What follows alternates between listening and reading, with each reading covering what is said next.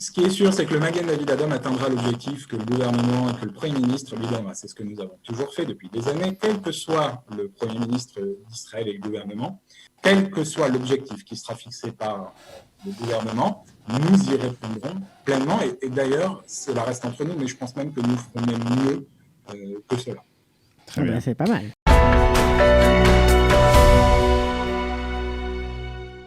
Bonjour Arié Elmaleh. On vous voit, on vous entend, c'est formidable. On est ravis de vous accueillir parce que c'est vrai qu'on parle beaucoup de vous avec ces cabines de tests, avec ces tests de driving. Il y a plein de choses qui sortent et qui, à chaque fois, ravit la population israélienne, en tout cas. Qui la ravit, je ne sais pas, mais en tout cas qui la rassure. Et qui permet à Israël de se placer dans les pays en pointe de la lutte contre le coronavirus. Alors, pour parler des cabines de test, on a vu ces cabines un peu fleurir. Où on les trouve et comment fait-on pour se faire tester là-bas ?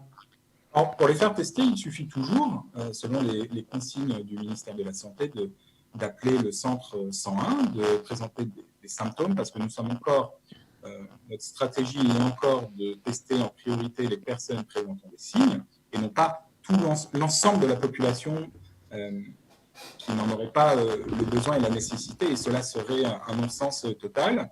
Et donc, en appelant le Magen David Adom, donc en 101, on est redirigé vers l'une des options pour le dépistage. Et donc, vous l'avez dit, il y a les cabines, il y a également les dépistages au volant, les drives, et nous continuons à envoyer des secouristes faire des prélèvements à domicile. C'est comme ça que nous avons commencé. Et pour la liste des drives, il suffit, entre autres, il y a d'autres moyens, mais entre autres, de se rendre sur la page Facebook du Magen David Adom, où vous voyez que tous les matins, elle est mise à jour. Et aujourd'hui, nous avons plus de 17 centres de drive, en plus des cabines et en plus des dépistages à domicile, ce qui nous a permis de battre un record hier, puisque nous avons fait plus de 12 000 dépistages en une seule journée. Alors, on a entendu aussi hier, il y a eu un petit problème avec certains kits de dépistage qui s'avéraient être pas vraiment aux normes. Est-ce que vous pouvez nous en dire un peu plus ? Oui, la fameuse panne. La fameuse panne, oui. La fameuse panne, eh bien, les tests qui sont fournis par le ministère de la Santé, donc les autorités israéliennes fournissent ces tests au Magen David Adom, nous les pratiquons, nous les faisons. Eh bien, nous nous sommes rendus compte, le ministère de la Santé nous a informé qu'il y avait un doute sur ces tests et pendant moins de 2 heures, nous avons mis en pause afin de tout vérifier et au bout de 2 heures, les tests et les dépistages ont repris de manière tout à fait normale sur l'ensemble de nos dispositifs. Alors, on parle aussi d'un développement de tests à domicile, c'est-à-dire avec des kits qu'on enverrait chez les gens et qui seraient faits par eux en quelques minutes. Alors, le test à domicile, c'est le premier que nous avons fait. C'est-à-dire que dès le début de la crise du coronavirus, au mois de mars, la crise commence à durer, à s'inscrire dans la longueur. Nous avons commencé par les tests à domicile. Et donc, nous avons tout de suite formé un nombre important de nos secouristes, de nos bénévoles, qui sont à disposition de la population et qui se rendent à domicile avec du matériel. Effectivement, les chercheurs, les centres de développement essaient de trouver la manière de pouvoir tester les gens le plus rapidement possible, pour avoir une réponse le plus rapidement possible, puisque c'est vrai que même si nous sommes entre guillemets rapide et qu'il faut entre 24 et 48 heures pour obtenir une réponse des laboratoires du ministère de la Santé, l'idéal serait d'avoir une réponse extrêmement rapidement pour lever le doute des personnes qui présenteraient des signes. Et nous avons un autre dispositif que nous avions lancé et qui va être renforcé à partir du 1er mai, c'est le Magen David Adom dans la cité, Madab Akeila, qui consiste à pouvoir effectuer de la télémédecine.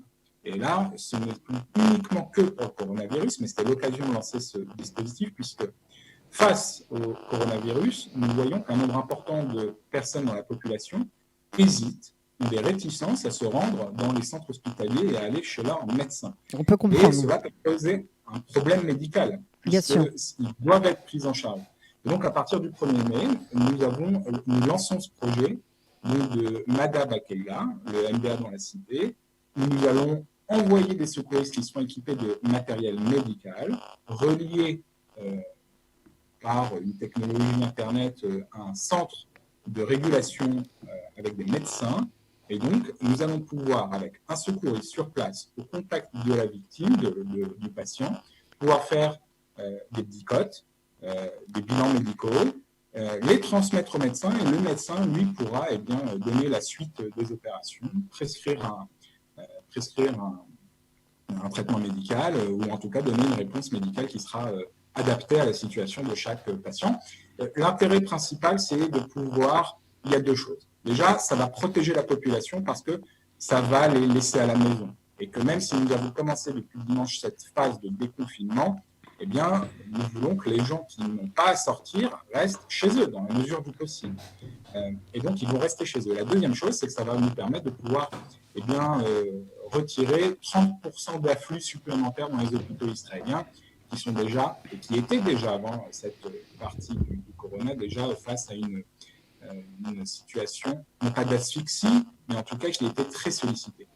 Donc vous faites tout pour que le cours normal de notre vie reprenne et que vous incitez en fait les gens à se soigner en dehors du coronavirus.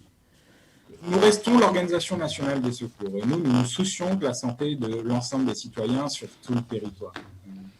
Et c'est vrai que cette crise du coronavirus n'a en aucun cas eu d'incidence sur les opérations de secours habituelles du Magen David Adom.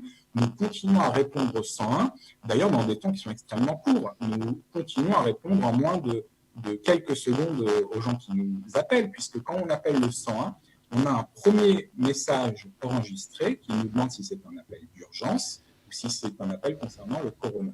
Et donc, nous continuons à envoyer des équipes d'urgence. Il suffit de se promener dans les rues d'Israël pour remarquer que les ambulances sont partout. Elles font des allées-et-viens et ce n'est pas que pour les victimes du corona. Il continue d'y avoir des accidents de la route. Il y en a moins, mais il y en a encore. Il continue d'y avoir des accidents cardiaques. Il y a une hausse des accidents domestiques, puisqu'avec la population qui est confinée à la maison, nous avons beaucoup d'accidents domestiques, avec les accidents habituels que nous avons connus juste avant Pessah, comme tous les empoisonnements avec les fameux produits ménagers. Oui. Je pense que tout le monde voit exactement de quelle bouteille chimique je parle. Nous avons, les femmes continuent d'accoucher aussi. Les femmes continuent d'accoucher.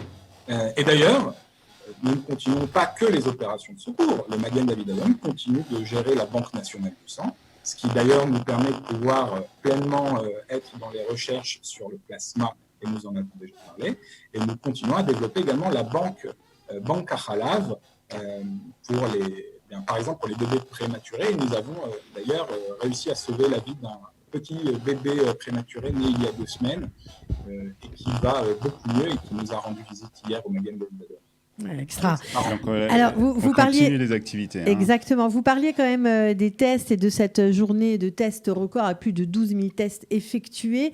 Quels sont les objectifs ? On se souvient de Benjamin Netanyahou qui a annoncé à un moment 30 000 tests par jour. C'est toujours l'objectif qui paraît encore loin, mais que vous aimeriez atteindre, c'est ça ?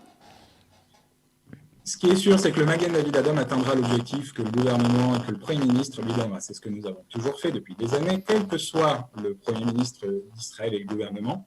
Notre organisation fête ses 90 ans. Et cela fait 90 ans que nous avons, que nous sommes en pointe de l'excellence, que nous remplissons pleinement le contrat qui nous lie, même le contrat moral qui nous lie avec la société israélienne, et ils savent qu'ils peuvent compter sur le Magen David Adom. Mais quel que soit l'objectif qui sera fixé par le gouvernement, nous y répondrons pleinement. Et d'ailleurs, cela reste entre nous, mais je pense même que nous ferons même mieux que cela. Très bien. C'est pas mal. Ok. Est-ce que vous avez une consigne ou un rappel à donner à ceux qui nous écoutent, peut-être ? Eh bien, je vous entendais parler sur l'utilisation des masques juste avant ma prise d'antenne. Nous avons publié une vidéo qui explique la différence entre tous les masques et leur utilisation, qui est visible sur nos réseaux sociaux. Et donc, il suffit d'aller la voir. D'accord. Et on y apprendra tous les petits secrets. Et donc, voilà, il faut rester à la maison. Ce n'est pas parce que nous avons commencé cette phase de déconfinement, cela ne signifie pas que nous pouvons commencer à reprendre la vie d'avant. La vie d'avant reprendra, mais pas tout de suite. Il faut attendre un petit peu. Et cette épidémie peut à n'importe quel moment évoluer et on ne sait pas de quelle manière. Et donc le plus sage est d'être toujours de manière précautionneuse, d'être extrêmement attentif à l'évolution de la situation et de pouvoir faire attention et de continuer à ne pas sortir quand cela n'est pas nécessaire. Ne pas sortir avec les enfants, par exemple dans un supermarché, si vous pouvez ne pas y aller. Nous comprenons également que des gens sont obligés d'être avec leurs enfants et que personne d'autre pourra les garder. Continuer à se laver les mains, à garder les gestes barrières, les mesures barrières, continuer à s'adapter à la situation avec toutes les implications négatives que cela implique, mais également les implications positives, puisque nous pouvons également voir, et nous en sommes extrêmement heureux, une mobilisation et une fraternité incroyable. On parle beaucoup des actions du Magen David Adom, mais il faut aussi parler de comment cela est possible. Nous avons 30 000 bénévoles. 30 000 bénévoles, c'est déjà beaucoup plus qu'il y a quelques semaines parce que nous avons beaucoup d'anciens et beaucoup de nouveaux qui se sont mobilisés autour de notre organisation et qui nous ont rejoints. Nous avons lancé une grande phase de formation de nouveaux secouristes par Internet en utilisant des outils comme Zoom, pour limiter le contact entre les participants physiques et avec une partie physique pour qu'ils puissent valider leur formation de premier secours et puissent prendre une part active à nos opérations. Et ça, c'est vraiment incroyable, cette fraternité qu'il y a, cette unité face à cette situation et qui nous permet de pouvoir lutter de manière efficace. Et cela a ses résultats. Tous les efforts que nous avons demandés à la population, eh bien, aujourd'hui, nous pouvons déjà commencer à en récolter les fruits puisque nous voyons que la situation est grave, mais que la situation l'est beaucoup moins et en tout cas, elle est sous contrôle. Ok, alors juste pour finir, puisque vous nous avez parlé de votre tuto sur les masques, je vais penser au plus grand nombre, à ceux qui achètent peut-être leurs masques en supermarché, les petits masques chirurgicaux, les moins chers qui sont sur les marchés. Est-ce que ce sont vraiment un moyen d'être protégé ou pas ? C'est une question assez compliquée. L'idéal, c'est d'acheter des masques, et on a de la chance en Israël, contrairement à la France. L'idéal est d'acheter des masques qui sont des masques homologués. Maintenant, il y a différents types de masques. Par exemple, un masque chirurgical ne vous empêchera pas d'être contaminé si vous êtes confronté à quelqu'un qui est malade ou porteur du coronavirus. Mais par contre, si tout le monde porte des masques, et même des masques pas homologués, ça va peut-être vous permettre de ne pas porter vos mains à la bouche et donc d'ingérer le virus. Cela vous permettra, si vous éternuez, de ne pas projeter ces gouttelettes dans l'air tout autour de vous. Et donc, on va dire que c'est mieux que rien. Mais mieux vaut quand même essayer d'acheter des masques homologués. Et surtout, les porter de la bonne manière. Je vois beaucoup de gens qui portent des masques uniquement sur la bouche. Oui, il faut les porter aussi sur le nez. C'est une maladie respiratoire. Effectivement, on peut l'avaler. Les gouttelettes peuvent venir par la bouche. Mais il faut le mettre aussi sur le nez, c'est très important. Alors, vous me direz, on la met aussi sur les yeux. Je ne vous dirai pas que vous prenez avec des lunettes de protection dans la rue, mais en tout cas, les équipes de secours, quand elles interviennent, ils ont des lunettes de protection parce qu'on sait que ce sont des orifices naturels. Ce virus peut s'ingérer par les yeux, le nez et la bouche. Et donc, se laver régulièrement les mains quand on revient de l'extérieur.